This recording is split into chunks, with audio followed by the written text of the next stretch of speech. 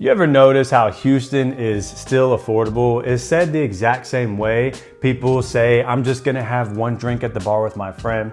Yeah, it kind of starts out innocent and then suddenly you're 12 beers in and you're 3 hours later, you look at your phone with 37 missed phone calls from your wife and all of a sudden you're questioning all of your life choices.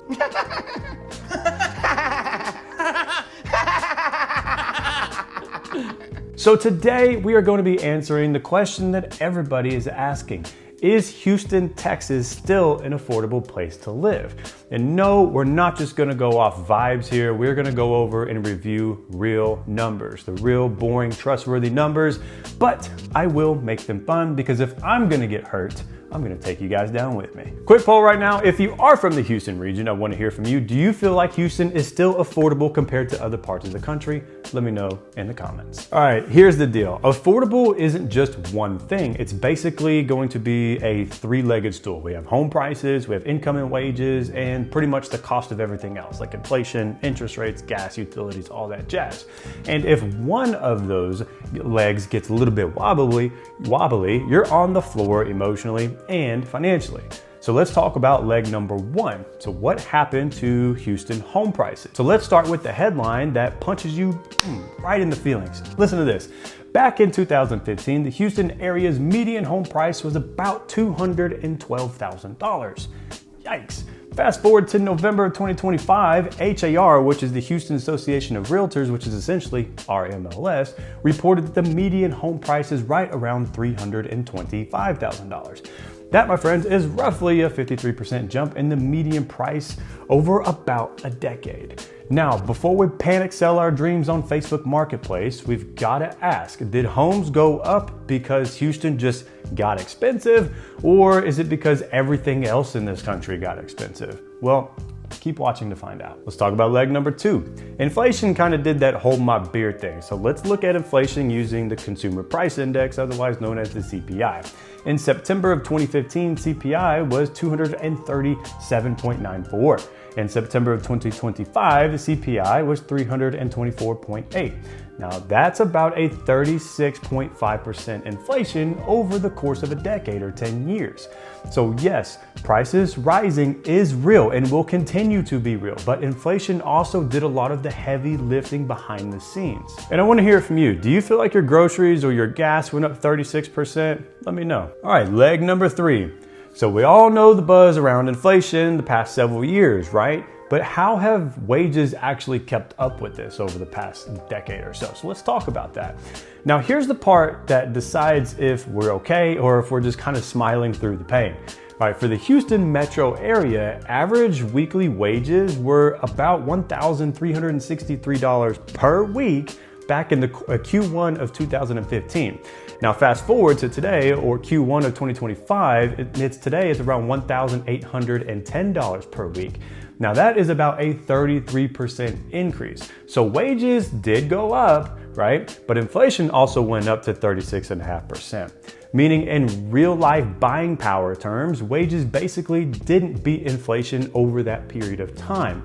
And that, my friends, is why everyone feels like they are working harder to sustain the same exact lifestyle that they've had. This sucks. And I want to know from you, what is the number one thing that feels most expensive to you in the Houston region? Groceries, rent, insurance, property taxes, home prices, etc., all of the above? Let me know in the comments. Okay, here is where most of today's pain is felt. The payment on a home is where affordability gets pretty spicy, right? Because even if prices rose 53%, the real villain for monthly affordability is often going to be the interest rates. Now, Freddie Mac's national average 30-year fixed mortgage rate was about 6.22% as of December 11, 2025. Yikes, that's a lot compared to what we've been used to for so long. If you bought a $325,000 home with, let's say, 20% down, your loan is going to be about $260,000. Now, at a 6.22% interest rate, the principal and interest alone is roughly almost $1,600 per month. And hold on, my friends, that is before taxes, before insurance, before HOA, and before all of that good stuff shows up uninvited like your cousin who just needs a place to stay for a couple of weeks. 2,000 years later. So is Houston still affordable? Well, here is the honest, data-based answer. Houston is still more affordable than a lot of major US metro areas, but it is less affordable than it used to be. And simply that's because home prices rose a lot, right? Inflation also rose quite a bit as well over the past decade, which we just discussed. Wages did rise, but roughly kept pace or slightly lagged behind inflation. Higher mortgage rates will always amplify monthly payment pain. So the better question is, if it's affordable, who's it affordable for and where in Houston? Because Houston, my friends, is not just one price point. It's like 50 different markets in a trench coat. Seriously, Houston is massive. So if you're trying to stay affordable, you usually are gonna win by choosing one of these various types of trade-offs. Number one, you can go for a smaller home. Number two, you can go for a farther out suburb. Or you can go for an older home, but maybe it has a better lot or a better location.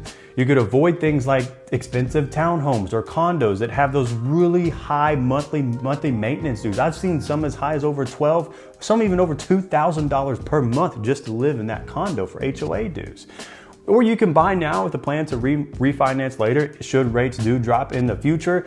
Totally up to you if you want to do that one. Or maybe a builder is offering you some insane, irresistible financing incentives to help ease up on the affordability problem that we are experiencing right now. So let me know, what's your trade-off? Okay, so we've talked about home prices, we've talked about wages, we've talked about inflation, we've also talked a little bit about interest rates. But this is where Houston quietly does something a little bit sneaky that I want to talk about, because owning a home isn't just the mortgage. It's everything else that attacks your bank account on the daily. We're talking gas, we're talking groceries, utilities, taxes, insurance, all that stuff that just nickel and dimes you to death and back, creating emotional damage. Emotional damage. So let's stack up Houston against the national average here in the lovely United States of America. Now, Houston consistently comes in below the national average, which is amazing news. And here's how all of this breaks down, okay? The national average cost of living index is, let's just say, 100, okay? Now, the Houston metro area is anywhere from 94 to 96.